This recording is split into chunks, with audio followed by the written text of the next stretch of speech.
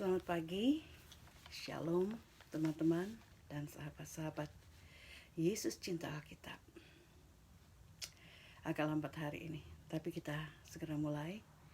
Kita mau berdoa, kita mau bernyanyi, kita mau dengar firman Tuhan. Haleluya. Oh Bapa Surgawi, terima kasih. Terima kasih untuk hari yang baru. Terima kasih untuk kehidupan yang baru. Kami percaya Engkau masih memberikan kehidupan bagi kami, supaya kami Tuhan boleh bersaksi tentang Engkau. Selama kami hidup Tuhan, kami boleh memenangkan jiwa.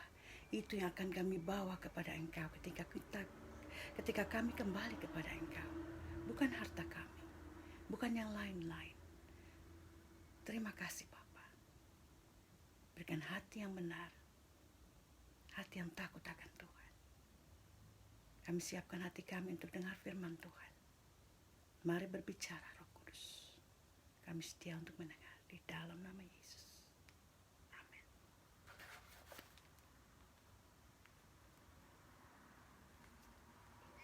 Puji, hormat dan kemuliaan sampai selama-lamanya.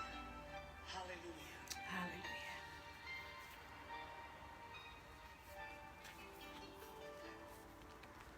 Ya Yesus Dia mati bagiku, Dia Tuhan selamatkan jiwaku. Bagi Dia pujaanku tak dapat ku balas kasih-Nya. Haleluya. Dia angkatku jadi anaknya, beri damai di dalam hidupku. Bagi Dia sembahku, hanya Dia segalanya bagiku. Oh, bagi Dia segala pujian, bagi Dia segala pujian, hormat serta syukur kekal selamanya. Bagi Dia segala pujian, hormat serta syukur selama-lamanya. Haleluya, haleluya. Hanya bagi Allah segala pujian kita. Di bagiku, thank you Jesus. Selamatkan jiwaku. Bagi Dia pujaanku, hanya dapat ku balas kasih-Nya.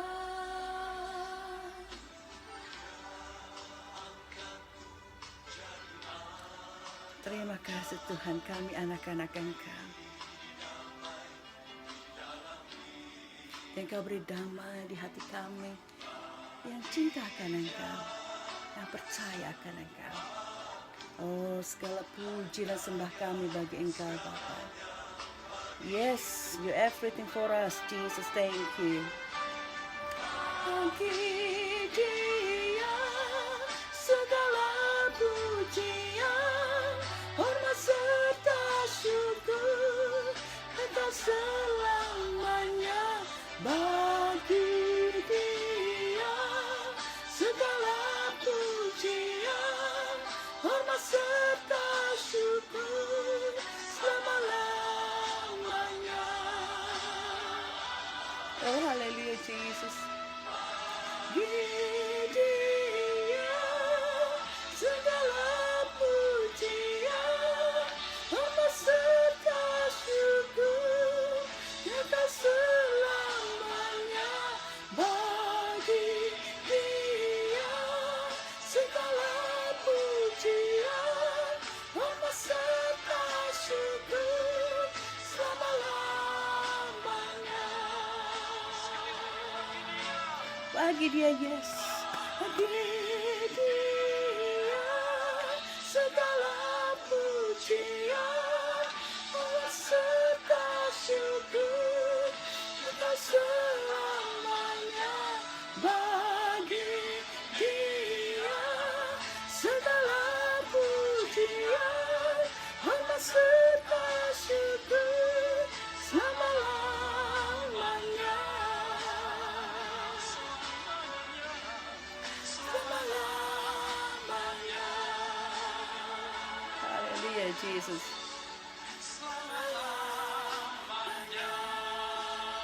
Terima kasih Tuhan, terima kasih Yesus.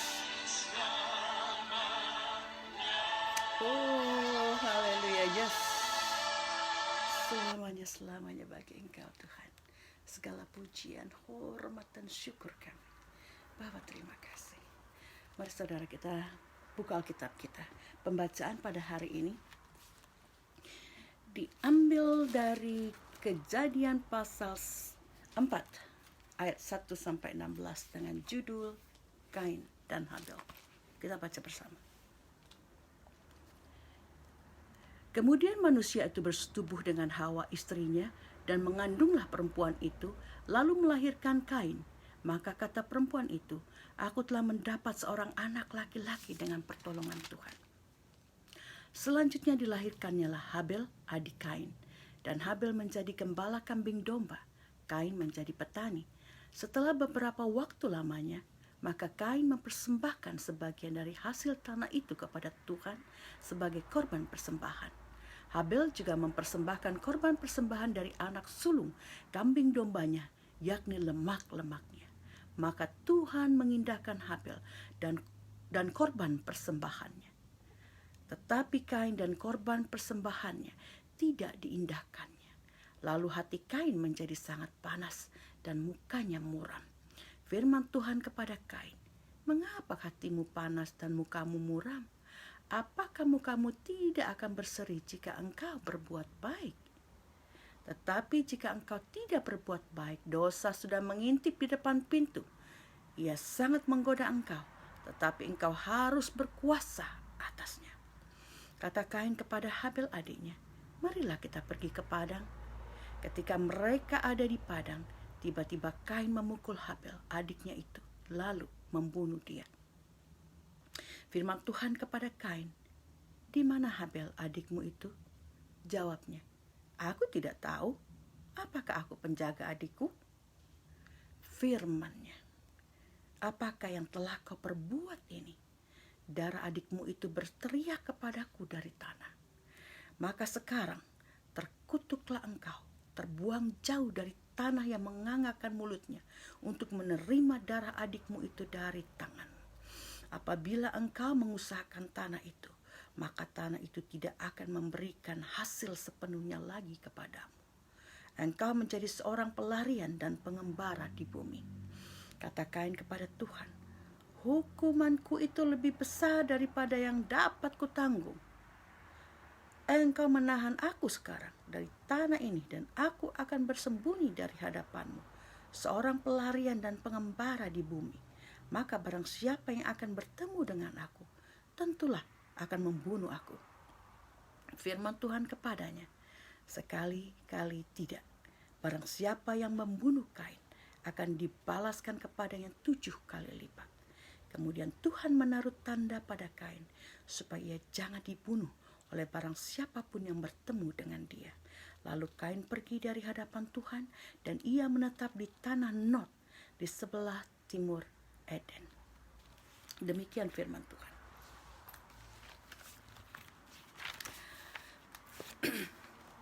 Saudara, saya baca juga bahasa Inggrisnya ya, yang dari King James Version. Itu kita tadi baca dari Kejadian pasal 4 ayat 1 sampai 16. Kalau yang di bahasa Inggris, dia berhenti pada ayat 15 untuk perikop ini. Yang ayat 16 dia masuk ke judul yang lainnya, The Family of Cain. Jadi satu ayat bahasa Inggris lebih telat, bahasa Indonesia lebih duluan. Jadi 1 sampai 15 dalam bahasa Inggris untuk perikop ini, dalam bahasa Indonesia 1 sampai 16. Cuma sedikit perbedaan di situ. Kita lihat ayat pertama, Hawa atau Eve ya, yang berarti kehidupan itu. Dan ia bersetubuh dengan Adam, suaminya, dan melahirkan anak yang pertama mereka. Hawa menamakan dia Cain atau Kain, yang berarti aku telah mendapatkan seorang anak laki-laki dari Allah, dari Tuhan. Hawa tahu bahwa anak ini hadir bukan karena hasil bukan cuma hasil persetubuhan dia dengan Adam, tetapi anak ini datang dari Tuhan. Makanya dinamakan Kain. Aku telah mendapatkan seorang anak laki-laki dari Tuhan. Di ayat kedua, Hawa melahirkan juga anak yang kedua, yaitu Habel. Habel berarti breath, ya, nafas. Habel menjadi gembala dan Kain menjadi petani. Ayat 3-7, Kain dan Habel sama-sama mempersembahkan persembahan kepada Tuhan. Kain sebagai petani tentu saja dia mempersembahkan dari hasil pertaniannya. Dan Habel mempersembahkan di sini anak sulung dari kambing dombanya dan lemak-lemaknya. Jadi sesuatu yang terbaik dia pilih untuk dia berikan kepada korban persembahan untuk Allah. Dan Tuhan sangat mengindahkan. Saya lihat di dalam bahasa Inggris, mengindahkan itu yang ya di Alkitab bahasa Inggris saya baca dibilang respected. Ya. Tuhan sangat respected. Jadi bukan cuma menerima atau mengindahkan persembahan Habel, tapi dia juga menghormatinya. Allah menghormati persembahan Habel, tapi ia tidak mengindahkan atau tidak menghormati persembahan Kain. Tuhan tidak menerima persembahan Kain bukan karena Tuhan tidak suka dengan buah-buahan ataupun sayur-sayuran, karena kita sepanjang pembacaan kita dengar selalu persembahan itu hewan, ya. Bukan berarti itu, bukan karena dia seorang petani dia mempersembahkan hasil tanahnya seperti buah atau sayuran, bukan karena apa yang dipersembahkan, tapi karena Tuhan melihat hati Kain yang tidak benar. Allah menolak persembahan Kain karena ia melihat dosa di dalam dirinya. Allah sudah tahu sebelum Kain membunuh Habel, Tuhan sudah melihat dan tahu isi hati Kain. Saudara, sebelum kita melakukan sesuatu yang baik atau yang buruk, Allah Maha tahu. Allah ada di mana-mana. Dia mengerti. Karena itu hati-hati dengan apa yang kita pikirkan, dengan apa yang ada di hati kita. Niat baik, puji Tuhan, tapi niat buruk Tuhan sudah tahu. Sebelum engkau melakukannya, dia sudah tahu. Begitu juga dengan Kain. Karena itu Allah menolak persembahan dia. Karena hatinya tidak benar. Karena ada dosa yang dia tanam, yang akan dia buahkan. Kejahatan yang sudah ada di dalam dirinya akan dibuahkan. Sehingga dia menjadi seorang pembunuh. Kita baca di 1 Yohanes 3 ayat 12 tentang perbuatan Kain jahat dan perbuatan Habel adiknya benar. Nah, itu kenapa Allah menolak. Mari kita lihat di 1 Yohanes 3 ayat 12.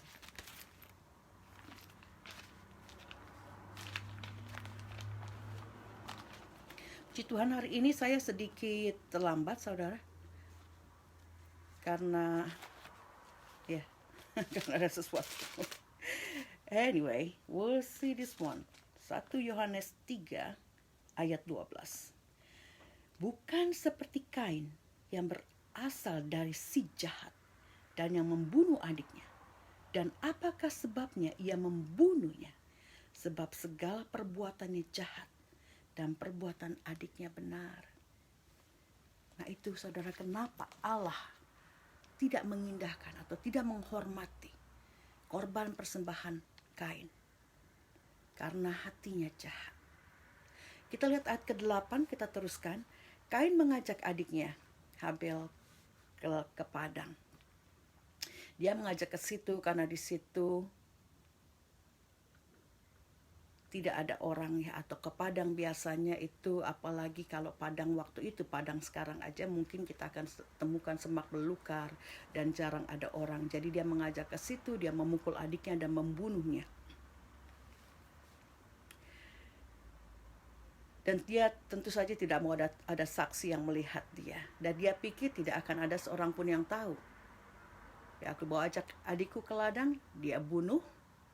Dia pikir, oh, no one sees me.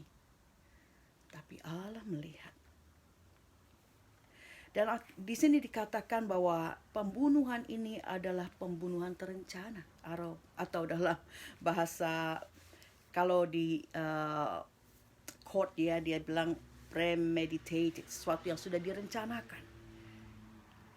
Ya, karena dia mengajak adiknya ke padang supaya tidak terlihat orang dan tidak ada saksi. Dia sudah pikirkan, ini apa yang harus kulakukan. I hate him. I have to kill him. What I have to do. Sesuatu yang sudah dia rencanakan terjadi. Ayat ke-9, Allah bertanya kepada Kain, di mana adikmu? Dan Kain menjawab, aku tak tahu. Emangnya aku penjaga adikku? Itu jawaban dia kepada Allah. Di sini kita lihat bahwa Allah selalu bertanya ketika suatu dosa terjadi.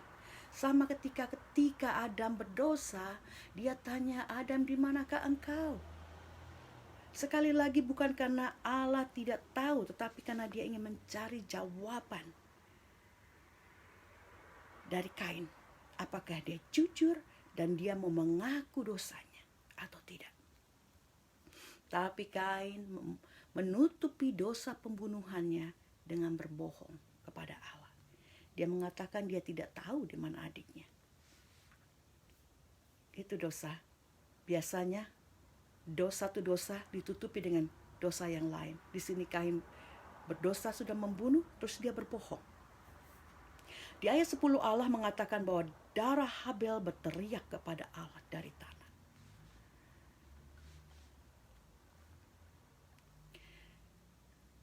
Allah memberitahukan kepada Kain bahwa dia tidak bisa berbohong. Darah adiknya berteriak kepada Allah. Allah mendengarnya dan Allah tahu. Ya, Allah selalu bertanya kepada kita kalau kita melakukan dosa. Ya, pertanyaan itu bisa datang dari hati nurani. Ya, apa yang sudah kau lakukan? Di mana engkau? Dan seperti ketika Allah bertanya kepada Adam ketika dia berdosa, dia juga bertanya kepada Kain, tapi jawabannya berbeda. Ketika Adam ditanya, Adam, di manakah engkau? Aku di sini Tuhan, aku ngumpet, aku malu karena aku telanjang. Dia bilang, dari mana kau tahu telanjang? Adam menjelaskan, ada pengakuan, tapi tidak dengan Kain. Dia mengelak. Ayat 11, Allah mengutuk Kain. Tanah tidak akan memberikan hasil yang baik buat dia. Meskipun dia bekerja keras. Ia akan menjadi seorang pelarian dan pengembara. Ayat 13. Kain mengatakan atau menjawab Allah atas kutukan yang diberikan kepadanya dengan mengatakan demikian. Hukumanku ini lebih besar daripada yang dapat kutanggung. Apa maksudnya saudara? Mengapa dia mengatakan demikian? Dalam Alkitab bahasa Inggris yang New King James Version ya lebih jelas di sini karena ada tanda seru saya baca di situ yang mengekspresikan mungkin kekecewaan dia, kepedihan hatinya atas hukuman Tuhan itu. Dia bilang, terlalu berat hukuman ini buatku. Dia kecewa dengan hukuman Tuhan, tapi bukan menyesali. Tidak ada penyesalan. Ayat 14, Kain takut akan keturunan orang tuanya yaitu Adam dan Hawa, keturunan yang lain, anak-anak yang lain yang akan hadir dari Adam dan Hawa yang akan membunuhnya setelah mengetahui apa yang dia lakukan. Dan ayat 15, lagi-lagi Allah menunjukkan sifat penyayang dan pemaafnya. Sama seperti ketika Adam dan Hawa jatuh ke dalam dosa. Karena mereka memakan buah pengetahuan yang baik dan jahat itu. Sebelum mengusir mereka keluar dari taman, Allah membuatkan pakaian. Kita baca waktu itu ya kemarin. Allah membuatkan baju dari kulit binatang untuk menggantikan baju dari daun pohon ara yang mereka buat. Allah sangat baik. Dia sangat peduli. Dan sekarang ketika Kain berdosa membunuh adiknya, Allah menjanjikan Kain bahwa barang siapa yang membunuh Kain akan dibalasnya kepadanya 7 kali lipat. Tuhan Allah masih memberikan proteksi buat Kain dengan memberikan suatu tanda kepada dia supaya jangan sampai ada orang yang membunuhnya. Betapa baiknya Allah itu. Kain sudah membunuh adiknya. Dia takut juga hukuman itu, hukum karma atau orang bilang, akan kembali kepada dia. Dia mengembara, ada orang lain yang akan membunuh dia, tetapi Allah sungguh baik. Allah menjanjikan dia, tidak ada seorang pun yang akan membunuh engkau. Siapa yang membunuh engkau akan kubalaskan 7 kali lipat. Dan dia memberikan tanda, sehingga tidak ada orang yang akan membunuhnya. Sungguh luar biasa Allah kita ini. Ayat 16, Kain pergi dari hadapan Tuhan dan tinggal di tanah Nod sebelah timur Eden. Kalau saya baca ayat yang 16 dalam bahasa Inggris. Dalam bahasa Inggris di ayat 15 ya, bukan ayat 16. And the Lord said to him, therefore, whoever kills Cain, vengeance shall be taken on him sevenfold. And the Lord set a mark on Cain, lest anyone finding him should kill him. And in 16, then Cain went out from the presence of the Lord and dwelt in the land of Nod on the east of Eden. In the presence, di hadapan Tuhan dalam bahasa Indonesia, Kain pergi in the presence of the Lord. Dia pergi dan tinggal di tanah Nod sebelah timur Eden. Presence of the Lord, kepergian Kain dari hadapan maksudnya di sini ada hadirat Tuhan, bukan hadapan seperti face to face begini ya, tapi hadapan di sini maksudnya adalah hadirat Allah, the presence of the Lord. Dia pergi dari hadirat Allah, bukan saja secara fisik, tetapi juga secara spiritual. Dan Nod di sini berarti wandering ya, dia tinggal di tanah Nod. Nod ini berarti wandering atau pengembaraan. Dan tanah Nod ini tidak pernah lagi disebut dalam Alkitab. Mungkin maksudnya tanah Nod ini adalah daerah di mana saja Kain itu mengembara atau tinggal. Mungkin juga ini berhubungan dengan satu kata yang kita tahu, yaitu nomad ya, nomad. Nomad itu berarti orang yang mengembara dan tidak punya tempat tinggal tetap. Nah, mungkin ini juga namanya, jadi bukan suatu tempat yang khusus atau seperti Kanaan atau Yerusalem. Nod ini mungkin berarti everywhere, di mana saja ketika Kain mengembara dan menempatkan dirinya. Karena kota ini, tanah ini tidak pernah didengar lagi seterusnya dalam Alkitab. Dari pembacaan kita hari ini kita bisa menarik satu kesimpulan, beberapa kesimpulan. Yang pertama, Allah melihat hati kita manusia. Dia tahu segala hati, pikiran, dan rencana-rencana kita. Jadi miliki hati yang benar. Kalau engkau berencana sesuatu yang tidak baik, jangan kira orang lain tidak tahu mungkin, tapi Allah selalu tahu.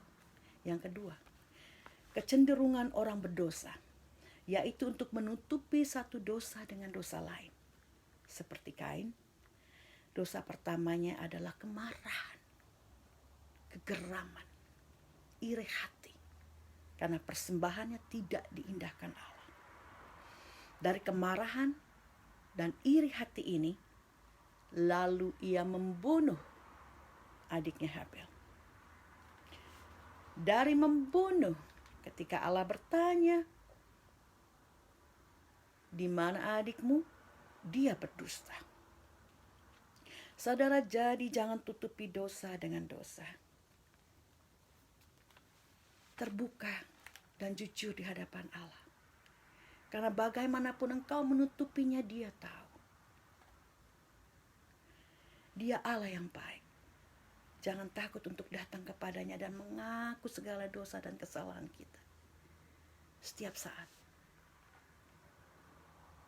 Yang ketiga, Allah kita adalah Allah yang luar biasa penyayang, pengasih dan pengampun. Allah selalu memberi kesempatan kepada kita manusia untuk bertobat. Dan Dia tetap memberikan perlindungan dan proteksinya kepada kita yang berdosa. Asal kita mau bertobat. Sebenarnya kita tidak maksudnya seperti Kain, ya, bagaimanapun dosa itu, banyaknya dosa itu, atau dalamnya kesalahan kita itu, Allah itu kasih. Dia akan ampuni, Dia akan kasih proteksi. Tapi tentu saja ada konsekuensi. Setiap pelanggaran akan menerima konsekuensinya. Seperti Adam dan Hawa diusir keluar dari Taman Eden, Kain pun menerima konsekuensi dari membunuh adiknya dan berbohong kepada Allah. Dia akan mengembara.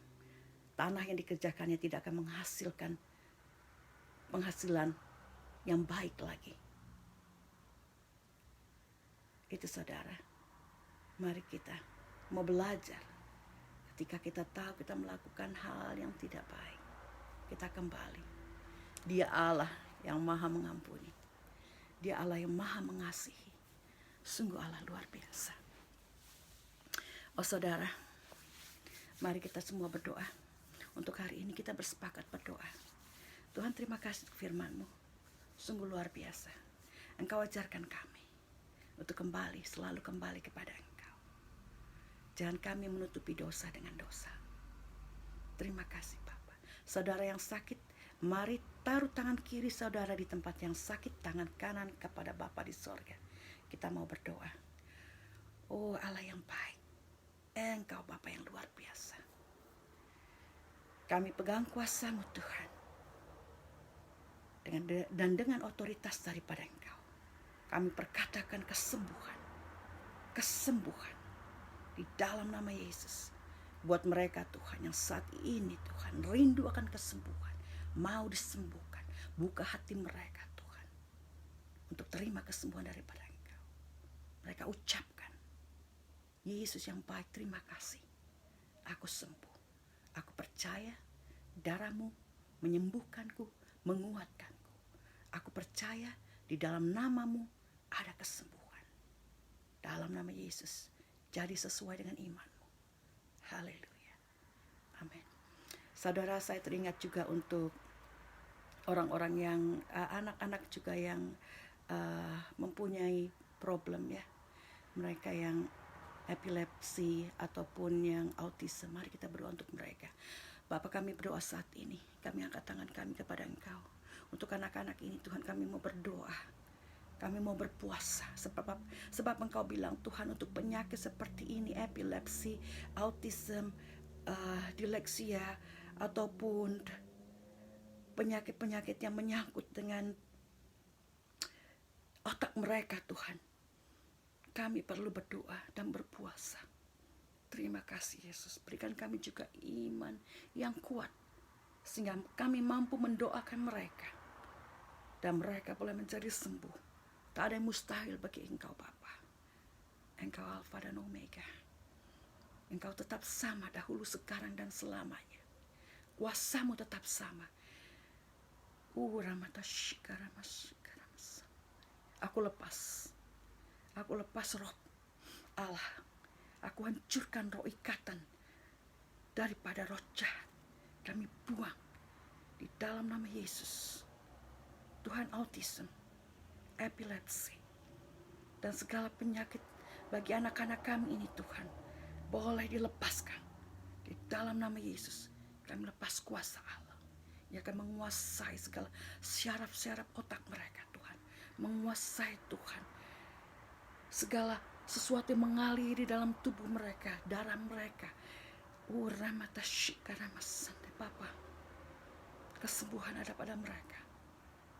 Mereka boleh terima. Mereka boleh terima. Terima kasih Tuhan. Mereka mulai menjadi anak-anak yang normal, yang bisa berpikir dengan baik, yang bisa bereaksi, bertindak dengan baik. Di dalam nama Yesus, mari orang tua, Engkau doakan anakmu setiap hari. Tumpangkan tanganmu atas mereka. Engkau percaya ada kesembuhan Jangan engkau give up. Terima kasih Yesus. Terima kasih. Amin. Terima kasih Tuhan. Tuhan, terima kasih untuk hari ini. Kami mau angkat segala pergumulan kami.